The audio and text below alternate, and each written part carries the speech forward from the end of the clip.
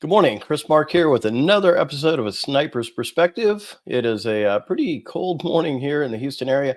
I apologize. My voice is a little bit hoarse today. I don't know why, but hopefully that doesn't deter anybody from listening to my inane ramblings, which I'm into. Today, I'm going to deviate a little bit from what I normally talk about. Been talking about kind of sniper topics, interviewed Dr. Bill Brown, a SARC, did some risk management, security talking. Today, I'm going to talk about publishing your first article like a pro. Now, why would I want to talk about publishing an article? Well, I've been pretty fortunate in my business life, had some success, and I would say probably a big portion of my success in business has been due to the fact that I can write pretty well. And so I figure, you know what? I'm going to share some of my tips and tricks and secrets with people. So now I will probably be showing less of my face in more presentation on this, which I'm sure is not going to hurt anybody's feelings. So without further ado, you'll see me going back and forth a little bit. So I'm going to, pull this up quickly. Once again, got to give a shout out to two organizations I like to support. The first is reconfoundation.org, the Marine Reconnaissance Foundation at the bottom right. And the second is the Recon Sniper Foundation. You can find them at reconsniperfoundation.org. Again, 22 veterans a day commit suicide in the United States. When you get into kind of the special operations type world, whether it's Rangers, Recon, SEALs, Special Forces, MARSOC, whomever, those numbers go up significantly. These folks have helped a number of my brothers and sisters. They're always there to help folks. So if you're looking for a place to donate, certainly consider Recon Sniper Foundation or Recon Foundation. Thank you so much for your consideration. So here's our agenda. We're going to talk a little bit about me. Again, people probably say, wait, this guy's just a knuckle-dragging troglodyte sniper. Why should I care what he has to say about writing or publishing? So a little bit about my background. Why would we want to write or publish anything? Types of publications, a bit about blogs. Blogs are important. Finding inspiration for an article. Talking about your voice. How do you write for your voice? Researching, always important. Structure, style, and grammar. I know, surprised to learn that a crayon-eating Marine actually knows a little bit about grammar. My method to the madness of writing. Getting published. That is what the goal of this whole thing is about. And finally, summing it all up. And if you do it right, you might even end up on TV. I don't know if that's a good thing or a bad thing. So again, a little bit about me. Doctoral student, have been doing this for a long time. Got over 30 years now. Actually, in security, I've spoken at, I don't even know, hundreds of events, I think at this point, published, over 60 articles and everything from the counter-terrorist transaction world, even the Huffington Post, secure payments, maritime executive, secure computing. I think I've published at this point about 6,000 blog articles over the years. I write a lot, and writing, again, has really helped my career. And that's why I'm going to share some of this. So why would or why should you consider writing or publishing? And why do I do it? Well, first, it requires research, and research makes you smart. So if you decide you want to write on a topic, you have to go out there and actually research a little bit. And when you're researching, you're learning stuff. You're learning stuff you may not have known before, and that helps you with your job, and it makes you smarter. It will also build your professional and personal brand. I have gone into job interviews and I've taken, the things I have published before in a portfolio in a little binder, and I've had people that knew me from my writings and it helped me get a job. It demonstrates your expertise. If you can write on something at a high level and it's been published, you become a de facto expert if it's published in a reputable trade magazine or in a peer-reviewed journal. Writing is a skill. It needs to be honed, but if you can write well, it will absolutely help you professionally. And I'm stumbling over my words today. I didn't get a lot of sleep. So you're probably saying, it is a skill, kind of like you trying to speak today, Chris, and you're not doing a great job. So forgive me. It's a bit of an ego trip when you see your first article published. I would be lying if I didn't say the first time you see your name in lights and you see it right there published, and you know that, tens, if not hundreds of thousands, if not millions of people have read your article, it's a bit of an ego trip. I had some things published in a couple of periodicals that literally 10 million people read them. And kind of interesting to know that 10 million people know your name at that point. And it may actually get you on the news. Now, I will give a caveat to that and say, be careful what you wish for. As you can see on the left hand side, I've been on Fox News, CNN, Blaze, NPR, NBC, all of which occurred simply because I had written some articles and they had read them and asked me to get on there. So it can really help you professionally and personally. So, what are the types of writing and publishing that you may want to consider? Well, the first are academic journals. Okay. These would be considered like scientific journals, peer reviewed journals. Typically, professional folks aren't going to do that. Now, we will see it once in a while in my own industry. If you've got somebody with a, maybe a doctoral level education, sometimes a master's level education, they may do that. More often than not, what you will find yourself publishing in would be industry trade magazines or periodicals. As an example, the Counterterrorist, Maritime Executive. The Maritime Executive is written for executives in the maritime industry. Transaction World, Transaction Trends, written for the credit card industry, things like that. General interest magazines, Time Magazine is one. Celebrity gossip magazines, sports magazines. What's important to remember is most, if not all of them, have online versions of these.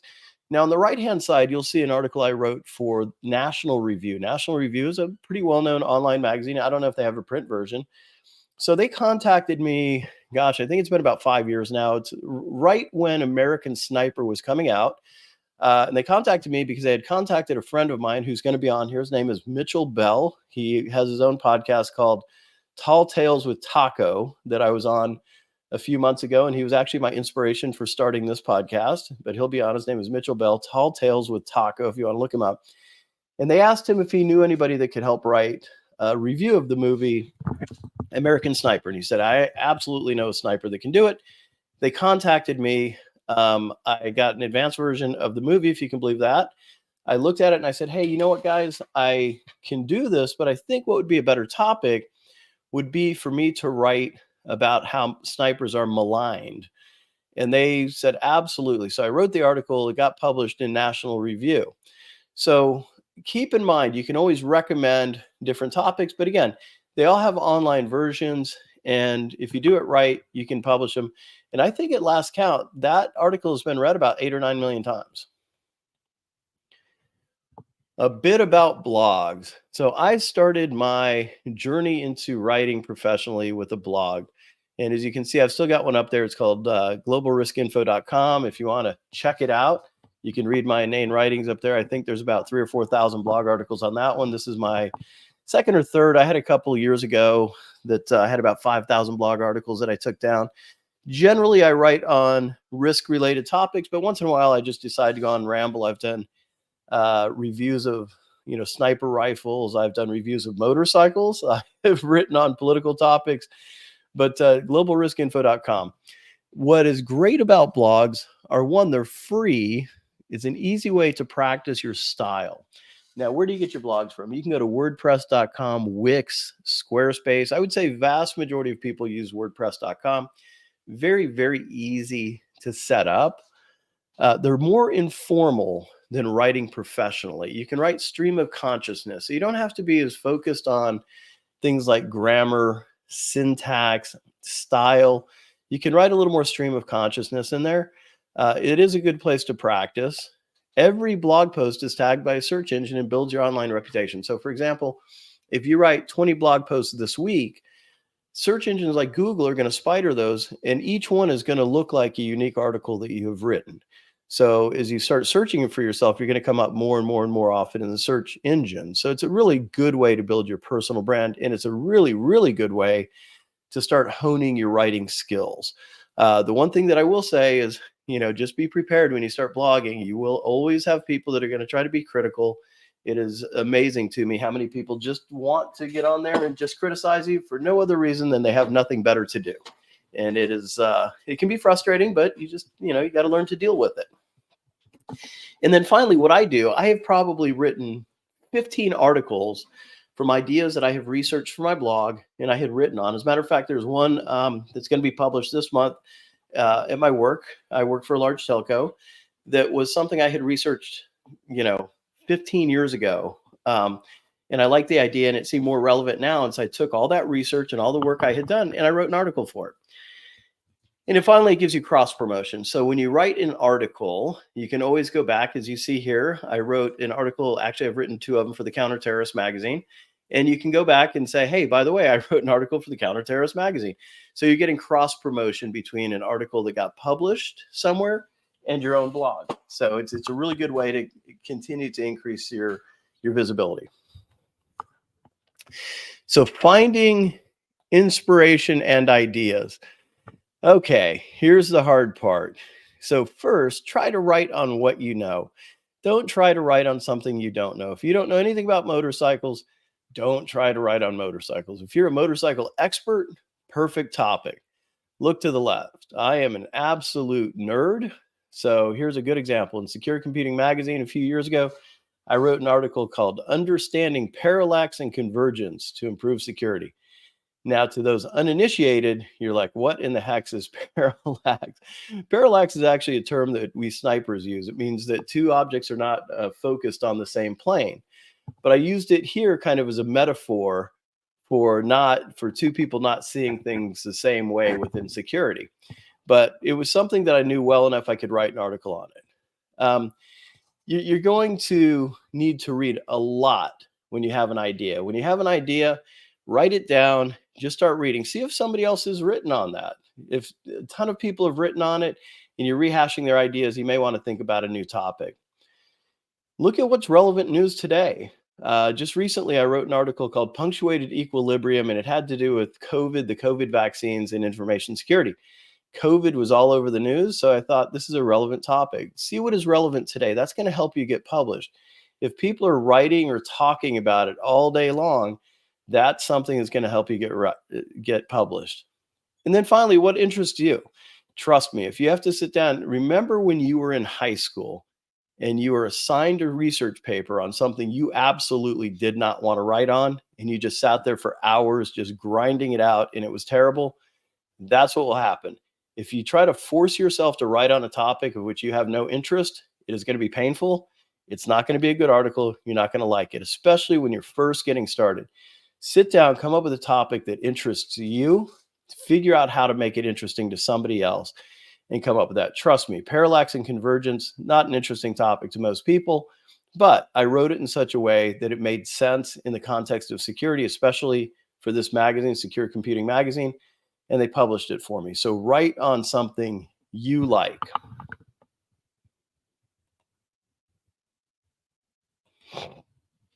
So your voice and tips and tricks. Now, this is an important thing to remember. Everybody has their own personal voice when writing, just like speaking. As a matter of fact, the way I write is so unique, like most people. My ex-wife could read an article I had written, and without seeing who wrote it, she could tell it was my writing.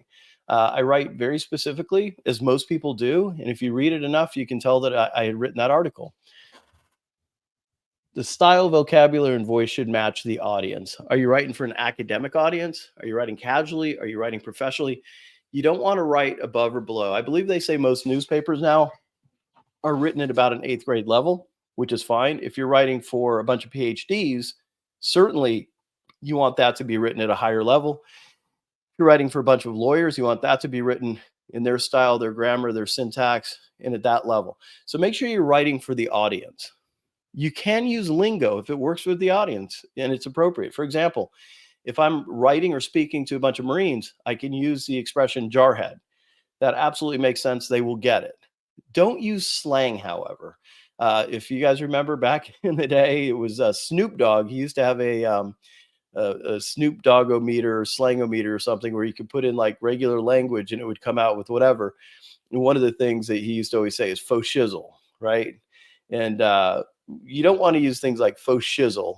You don't want to use slang when you're writing. You can use lingo. Jarhead, for example, to refer to a Marine would be appropriate if I was writing casually and I was referring to Marines or in the context of Marines, but you don't want to use slang.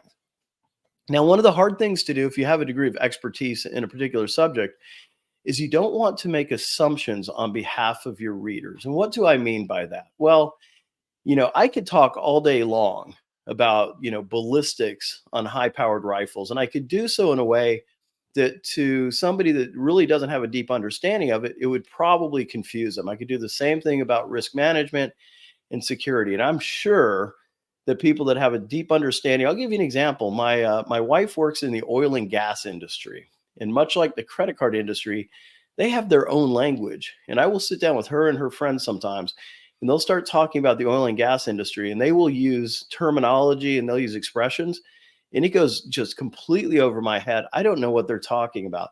If they were to write an article using that language that was for the uninitiated like myself, they're making assumptions that I understand what upstream and downstream means. I don't. So you have to be very careful that you don't make assumptions on behalf of your readings. For example, there's a guy that I like, a security theorist. His name's Dr. Giovanni Minuta. I could write this in an article and say it's posited that Minuta was giving a nod to conditional probability when he included the variable SI as a variable in a seminal work on security. If you don't know who Minuta is, if you're not familiar with conditional probability or what his particular variable means, I mean, that whole sentence probably sounds like nonsense to you. So again, I'm making an assumption you understand everything in there. So what I would need to do is go through and explain that, probably take a full paragraph or so and explain what that means. Now, if you're writing to an audience that understands all of this, you can make those assumptions. Read an academic journal. They write at a very high level for that reason, because they understand they're speaking to people in their field with certain educations. You always want to use, well, not always, I would say for the vast majority of styles, APA, American Psychological Association. You can get the APA style guide. You can use it online. Grammarly uses APA. You can also use the MLA, which is another style guide. They have a bunch of different style guides. I would say the vast majority of style guides, or the vast majority right now, is using APA. That's what I grew up using. That's what most colleges use, APA. Word uses APA, Grammarly uses APA, but use that style guide. It's almost, if you're not using some kind of grammar checker today, shame on you. It is very, very difficult to mess up your grammar in today's world using modern word processors, but I would recommend using an APA style guide. Use a thesaurus to build your vocabulary. I probably try to learn a new word at least once a week. That being said, don't be a pedantic jerk, okay? Don't use the word concomitant if you can use the word at the same time, okay? Being pedantic just means you're using an overly pedantic word when you can use something more simple. So don't be pedantic. Use an appropriate level of vocabulary for your audience. If you're talking to a bunch of PhDs, certainly you can probably use a higher level of vocabulary. If you're talking to a bunch of sixth graders, don't use PhD level vocabulary, or you're going to sound like a pedantic jerk. Just a quick example there. So back to your voice tips and tricks. I know this gets a lot longer. Brevity. Anyone, and especially you guys are listening to me, anyone, especially Chris, can speak for hours. You want to say it as briefly as possible, but as detailed as needed. So brevity is important. Typically, when you're writing an article for publication, you don't really want to go more than about 1,500 words. And when you go and ask them to publish the article, or they ask you, they're going to give you some guidelines. And I would say it's rare that I've had anybody allow me to write more than about 1,500 words. So brevity is really important. You also want to be careful about passive voice. For example, you don't want to say the work was completed by James. That is passive. James is the subject, or Jamie is the subject. You want to say Jamie completed the work. That's an active voice. That's a very common mistake to make. Again, Grammarly, Microsoft Word, these will all pick up on passive voice. Be very careful about passive voice. Verb tense agreements. Boy, these will drive me nuts. And I tell you what, copy editors, if you send in writing that has verb tense disagreements, I've had copy editors tell me that they will reject them out of hand. So be careful with this. When I went to the coffee house, I bought 2 cookies. Both are past tense and in agreement. Now, the next example is when I went to the coffee house, I buy 2 cookies. There's disagreement. You have a past tense and a present tense, okay? It's like when people say, I seen her.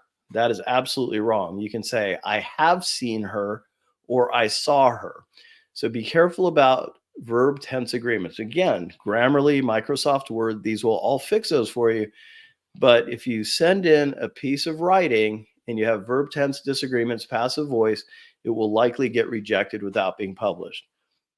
And then finally, run on sentences.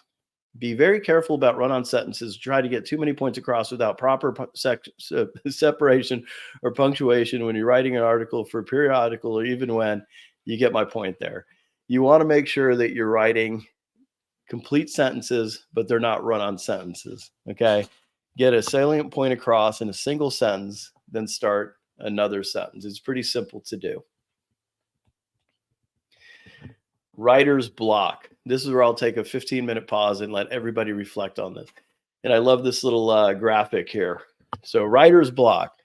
So, what is writer's block? When those cold, unfeeling keys just stare at me, mocking me.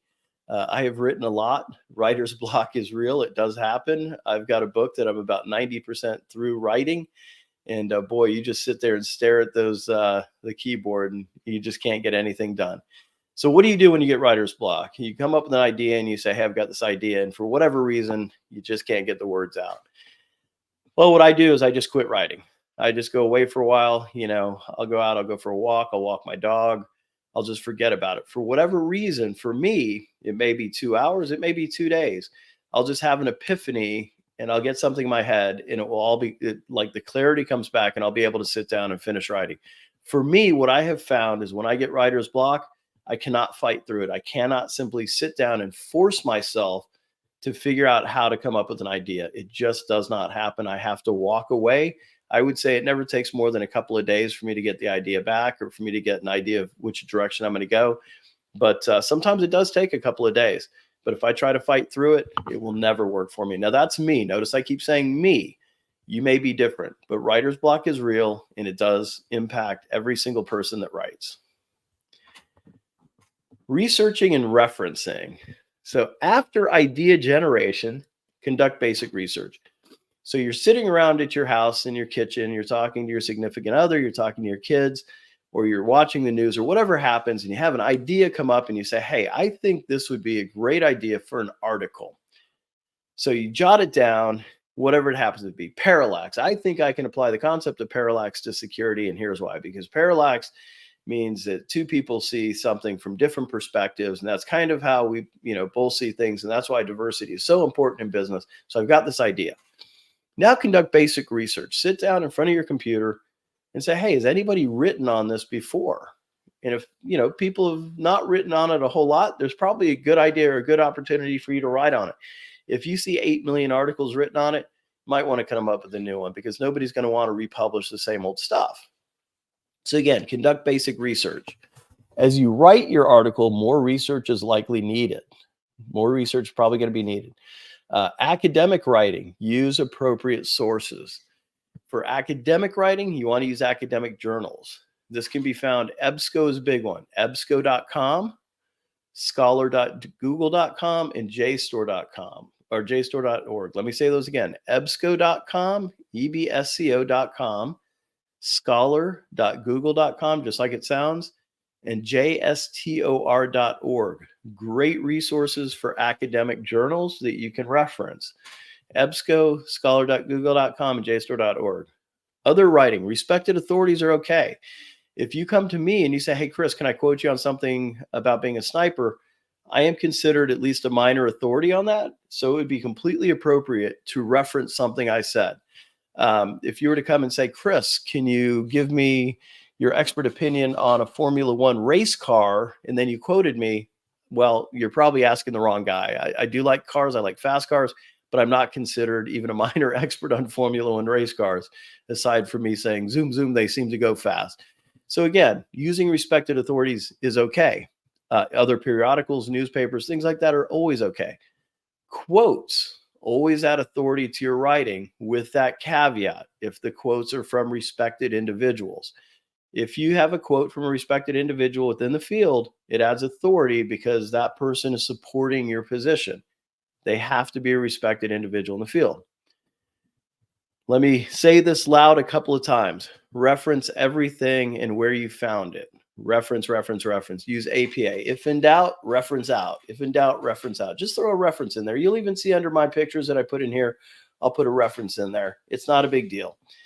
Quote if you take directly from a person. If you take directly from a person, it's not a big deal. Just put quote marks around it and put it in there. Don't plagiarize. Certainly don't plagiarize me. Years ago, I had somebody that decided they liked my blog for whatever reason and literally took 7 blog posts verbatim, put them on their blog, and plagiarized them. And it was so frustrating. There's very few things that is more frustrating than somebody plagiarizing your work. So please don't plagiarize. But again, respected authorities are okay. Quotes are great. Reference everything and don't plagiarize. Structure, style, and grammar. These are big ones. Most articles, again, we're going to say between 1,500 and 2,000 words max. I would say in my experience, 1,500. I've actually had some magazines come to me, some periodicals, and say they want it between 800 and 1,200 words. That gets pretty tough. In my experience, writing something 800 words gets very tough. 1,500 is doable. A page of writing, 11-point font in Word is about 11 to 1,200 words. 1,500 words I can do pretty well. 800 is pretty tough to get complex topics down at 800. That's more of a blog post to me. So what is the structure of your article? How do you want to structure it? Well, most articles are pretty simple. You learn this in high school English, right? So the first part of your article is going to be the introduction. This is one paragraph. This introduces the article. Now, I want to be clear about this. It introduces the article. I recommend you finalize that last. You finalize it last. Here, and I'll explain how I kind of go through the process. But your intro is a single paragraph. It introduces a topic. Finalize that last. The body of your article is going to be 3 or more paragraphs. After you get the title and the basic intro down, start working on the body. And then finally, your summary, 1 paragraph, always written last for obvious reasons. Okay, pretty simple. So I'm going to go through this again, but here's typically how I do it. I'll get a working title going, a basic introduction, just so I keep myself focused on what I'm going to be writing on. I'll do my research and I'll start crafting the body. Some people like to use very, very detailed outlines. I don't. I write extemporaneously on my first couple of drafts. I just go through extemporaneously and then I fill in the gaps. So I'll write working title. I'll get a basic intro, maybe a couple of sentences. I'll start working on the body. I'll get that fleshed out a little bit. And then I'll go back and I'll flesh out the body more. Once I get that where I like it, I'll write kind of a brief summary. I'll go back. I'll update the intro, and then I'll clean the whole thing up. That's the way I do it. Now, the paragraphs, 3 to 5 sentences max. Now, is that an absolute rule? No. Generally, you want them to be around 4 sentences. Can you have 6 in some? Yes. Can you have 3 in some? Absolutely. Generally, you want them on average about 4 sentences. You don't want to have 10-sentence paragraphs, okay? So think about 3 to 5 sentences max, and a paragraph should have kind of a unique idea per paragraph. So 3 to 5 sentences max per paragraph. It's not an absolute hard and fast rule, but it is guidelines. Each paragraph should focus on a single idea or concept. Each one should have a transition sentence. So the last sentence in that paragraph should transition to the next sentence, right? Whoops, sorry, didn't mean to go on there.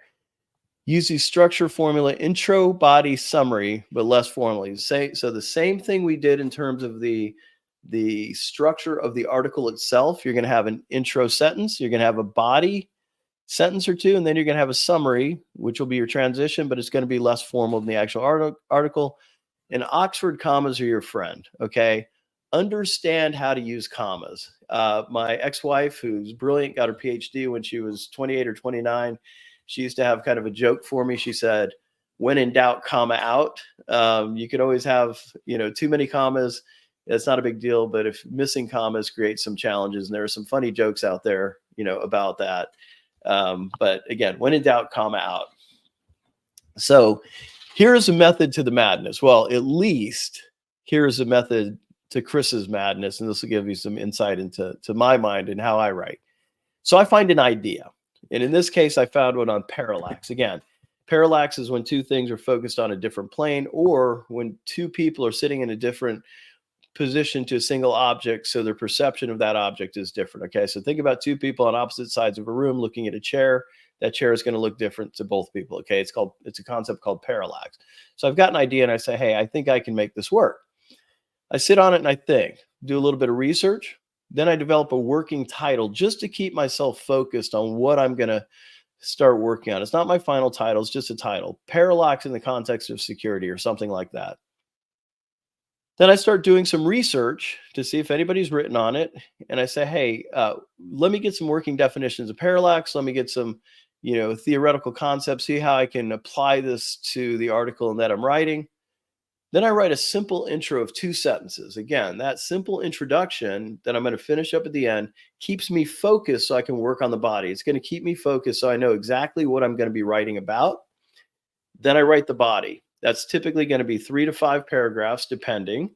I write the body. Then I go back and I do more research to support the concept if needed. I flesh out the body more. I write a basic summary.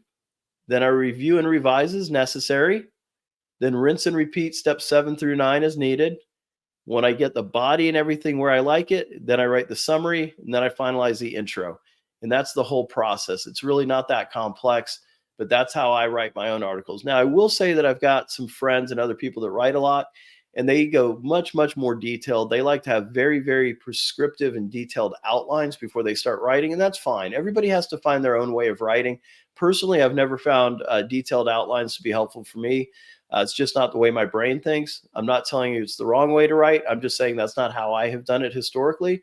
But if it works for you, absolutely do it. The important thing is develop whatever system works for you. Stay consistent, but it is going to require research and it's going to require revision. I can sit down now and I can extemporaneously write a 1,500 word article probably in about 3 hours. And then with revisions and everything, probably have it done in 4.5 hours, ready for publication, even with research. But this is because I've published, again, dozens and dozens of articles. The first time you do this, trying to get it ready to go, it's going to take quite a bit longer than that. I'll tell you kind of a funny story. When I was first going to college, I had just met my ex-wife. I had gotten out of the Marine Corps the first time. I had split service. And so here I am, this, combat veteran, 27-year-old, former Marine, and I'm taking an English class by an absolutely brilliant woman. I don't suspect she's alive anymore. She was a little bit elderly then, but her name was Dr. Blitch. I will never forget her. Absolutely brilliant woman. And I had to write an article. And so I went to my new girlfriend at the time and I said, hey, she was a senior in college. And I said, I've got to write an article. I haven't written one in years. Would you mind reading it for me? It was actually a paper, not an article. And she said, no, I'll be happy to. She goes, here's the only thing I'm going to tell you. Don't be mad at me when I edit it. And I said, no, I'll be okay with that. So I gave it to her. She gave it back to me a couple hours later, and the whole thing was red. I could barely see any of my own writing. She had chopped that thing up like she was a college professor, and she was like, passive sentence, run on sentence, comma here, missing this. And I just looked at it and I was like, huh. But you know what that did? It taught me how to write. That was my first introduction in, okay, Chris, you really have to focus on how to do this. And so I would use her to proof my writing, over the years. And I really, really got better. It is a skill that has to be honed. You can't get your feelings hurt when somebody goes in there and corrects it. And I've had people even to this day correct my writing, and you can't get your feelings hurt. So getting published. Now, this is what we're all aiming for now, right? Is getting published. How do we get published? I would say many, if not most, industry trade pubs will take free content. In my experience, if you go to an industry trade publication and say, hey, I would like to write something for you, they'll be more than happy to say, hey, send it over, man. We are more than happy to write it for you. Now, if you go to them and say, hey, I've got this great idea for an article, will you pay me? They're probably going to laugh at you and ask you to go away. I have been paid a grand total, I think, 3 times for articles I've written. And in each of those times, I didn't ask to be paid. As a matter of fact, I've been published in the Huffington Post. I've been published in National Review. I've been published in some fairly big counter-terrorists, some fairly big periodicals, things like that. Never asked to be paid. And realistically, I wouldn't expect to be paid because I'm getting benefit out of that as well.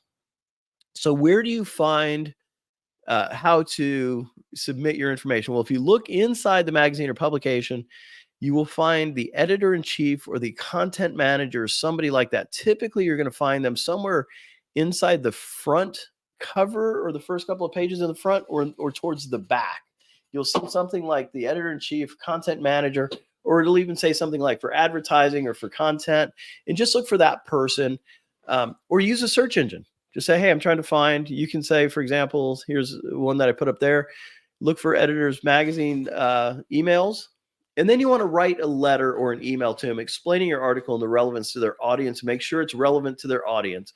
Again, if you're going to be talking to a military crowd and you want to talk about motorcycles, they're not going to have an interest unless it is something relevant to their article.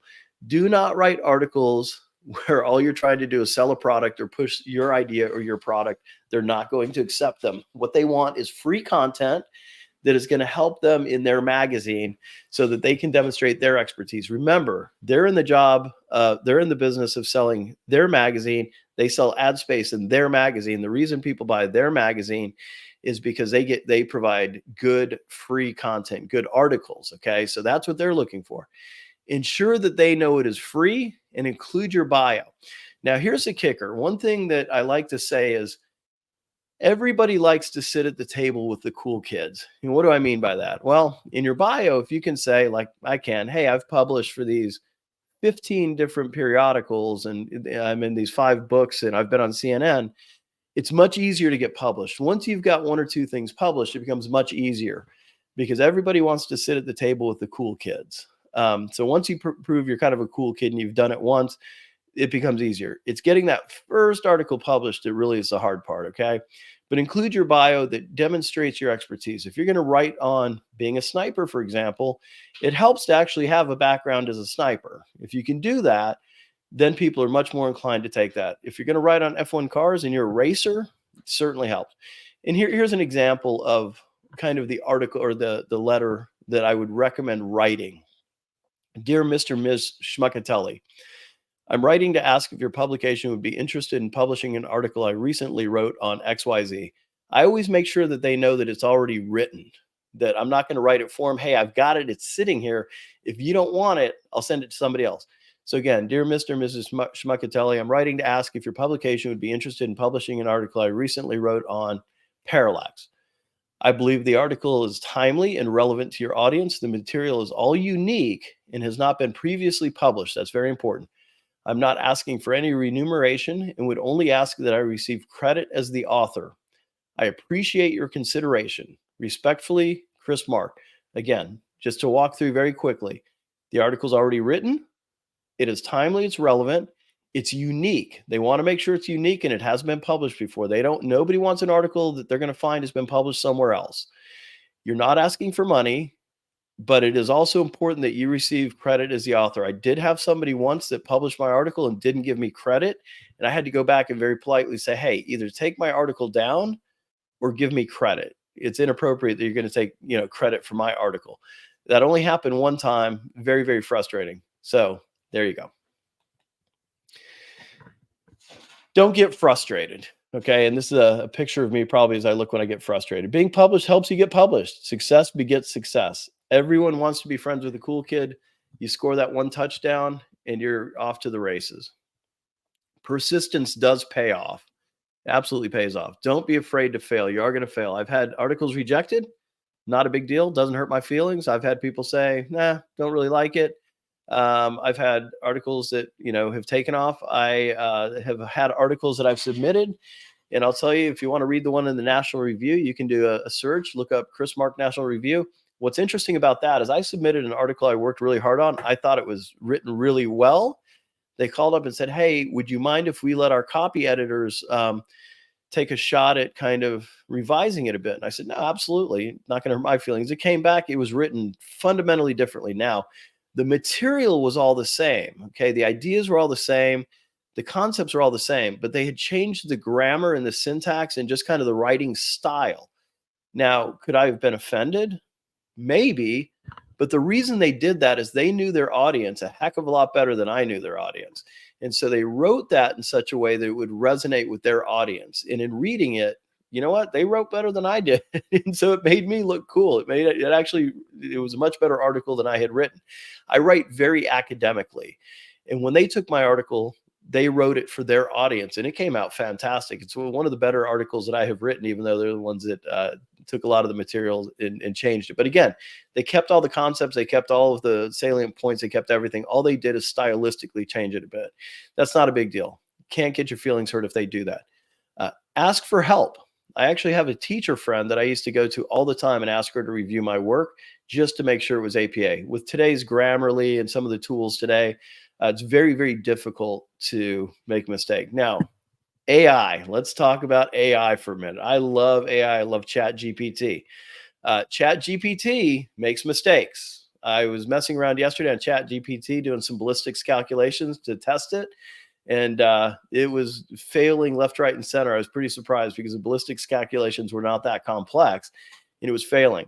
The other thing with AI, if you use AI enough, you can tell when something is written by AI. Okay. So if you think you're going to use AI to write a whiz bang article and submit it to a publication, those people read and write for a living. They will absolutely look at that and know that you used AI.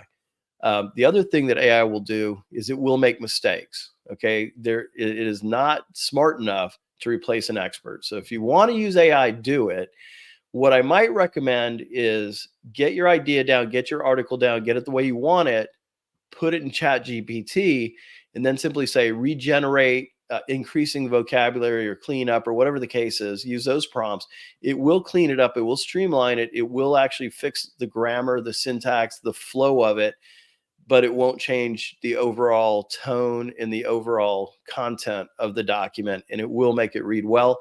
But if you just want it to generate your content for you, just understand, caveat emptor, buyer beware. Okay. So with that being said, that's the end of my quick podcast. I hope it was a little bit helpful. Again, going back to what I said before, professionally, what has helped me probably as much as anything professionally is being able to write well and speak publicly. Those two things have really, really helped. I had an opportunity this last week, unfortunately, due to scheduling, I wasn't able to go. 5 years ago, I keynoted a big event in Las Vegas for a large company. And they remembered 5 years later, and they called me up and said, "Hey, Chris, will you come out and keynote our event again? It did so well 5 years ago. We want you back." Again, scheduling didn't allow it to happen, but they remembered 5 years later. I had a company that I sold 20 years ago, and I was up on stage. I was keynoting a big event. I got off. Gentleman walked up, dressed in a very nice suit. He walked up and he said, "Hey, I want to talk to you about buying your company." Speaking publicly and being able to write have helped my career more than about anything. So I would encourage you to sit down, take proverbial pen to paper, even though it's a keyboard now, practice your writing. Blogs, very, very easy way to get a start. Practice your writing. If you want any, here, let me pull my banner up. You guys can pick this up. Go to globalriskinfo.com. globalriskinfo.com. My email's on there. If you want a copy of the presentation, shoot me an email. My email is on globalriskinfo.com, or send me a message in the comments. I'll be happy to send you this presentation. It's got all the links in it and everything else. But I would encourage you to practice your writing, get one article published, and you're off to the races. And I think you're going to find professionally it will help you, personally it will help your brand. And it really is a little bit of an ego trip the first time that you see your name in lights up there. So once again, I know I didn't talk about anything sniper related or anything fun like that, but I hope you guys will still spend time listening to this. And thank you so much for listening to my podcast once again. And I will leave you with my licensed rocking music on the way out.